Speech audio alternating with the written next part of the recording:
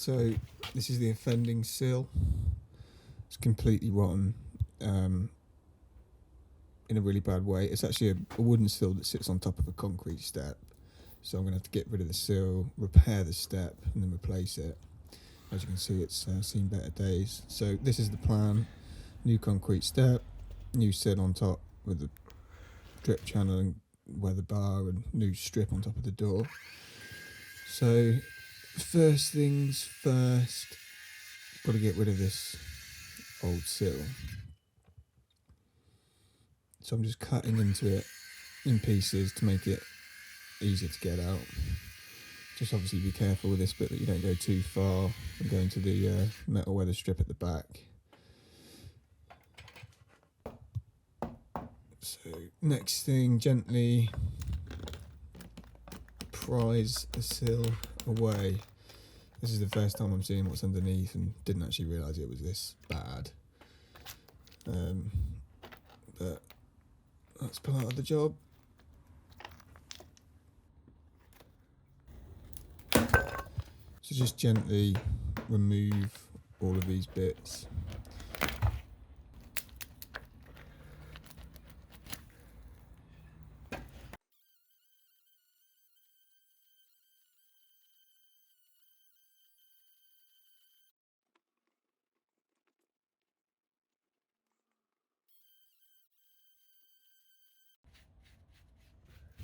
Clean out all the loose crap that's in there so we get a better bond for the concrete.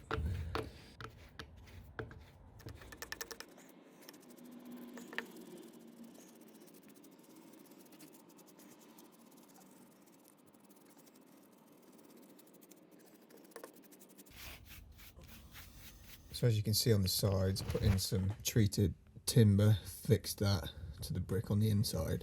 So we've actually got something to mount the sill to. And this is a little plywood form I've made up to allow me to create the concrete step. So now we've got that all sorted, ready to mix up our concrete to the right consistency, and then just make sure you push it deep into all the sides and all the crevices and get it all flat and levelled off. This is me gently taking the form away. Hoping I'm not going to see any cracks or anything like that. Just gently tap it away. Concrete shouldn't stick to wood, so especially something this size. So just tap it away until you're left with the step.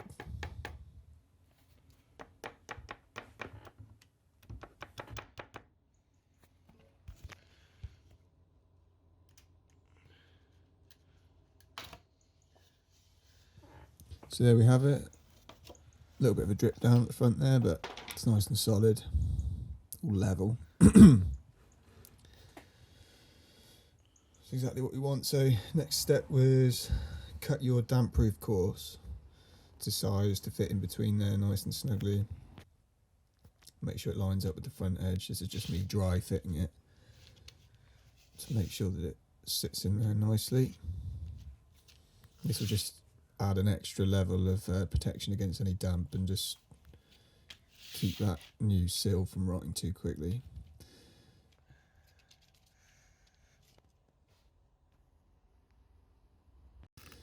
So taking a bit of 60 grit here, given the new sill, which I believe is sapele wood, give that a nice little sand down, get any rough bits off. Take some 100 grit to that as well, make it a bit smoother, and then give it some wood preserver. This just prolongs the life of the wood. It's just a good step to do. If you're going to do it properly. So I think in the end I actually put about 3 coats of this on because it's new wood. If it was an older bit of wood that I was going to repurpose, it may only need 1 or 2, but stick a few coats on this, give it that extra level of protection.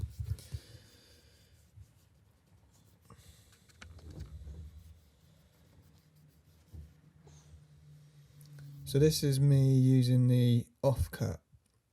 So this is the offcut of the actual bit of sill that I'm going to fit to make sure I get my corner cuts nice. So I've already measured it out, drawn it out and made a cut in. Now I'm just dry fitting this on this side to see what the final finish would look like, which as you can see is pretty good, nice and snug up against this side.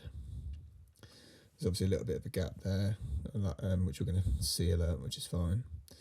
But as you can see, the fit is nice, and underneath here we've got to make sure that that drip channel there stays forward. There's a little gap there so that the water doesn't come underneath, run into the drip channel and then drip down and sink underneath onto the concrete. And make sure that's forward so the water drips under here and then it can drip away from the concrete step like so. So that's that side nice and snug. So then the other side we've got slightly different cut, slightly different angle because the way that the brick and the stone is. It's not the best fit there. I actually did a better fit on, that's the final sill there. Just splintered a little bit, so I'm just gluing that back together. It's just a neat little trick. Just use the offcut to get, because then you can mess around with it, fit it, pull it out, see if it fits nicely. It's just a nicer way of doing it. Make sure you don't ruin the nice expensive sill that you're going to fit. So that's that bit done. So now I know that that's going to sit nicely. Go ahead and get that stuck down. So I've already stuck the damp proof course down, just put some of the snow more nails on, brushed the concrete clean, stuck that down nice and tight. Now we're doing the same for the edges of the sill. This just gives it an extra level of strength. Just make sure that when we go through with the screws, that bond's nice and tight and this sill's not going to slip around on you. So now that I've done that, we can get the sill in. So this is the final sill with my angles cut onto it, which you know is going to fit nice and snug because we did it on the offcut.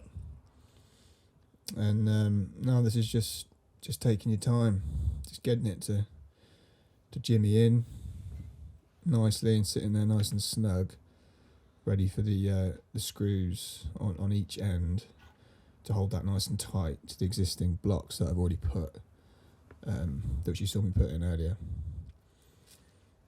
So just take your time with this bit, just wrangle it in, get it to sit nice, and then you'll see me in a second just checking that front edge. Just like I said, to make sure we've got that drip channel sat far enough away from the front edge of the step so we don't have water dripping back underneath and causing all sorts of problems to the step and inside the house and that sort of stuff. So as you can see, I've put a little bit of scrap wood there to tap against the sill so we don't put dents in the nice new sill.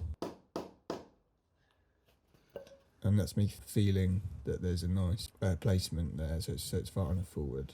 So the only bit I didn't show was to put 2 big screws diagonally through the back of the sill into those blocks we placed in there earlier to keep everything nice and secure, and then some frame sealant around all the edges, under the front edge and sides, just to keep everything nice and weather tight.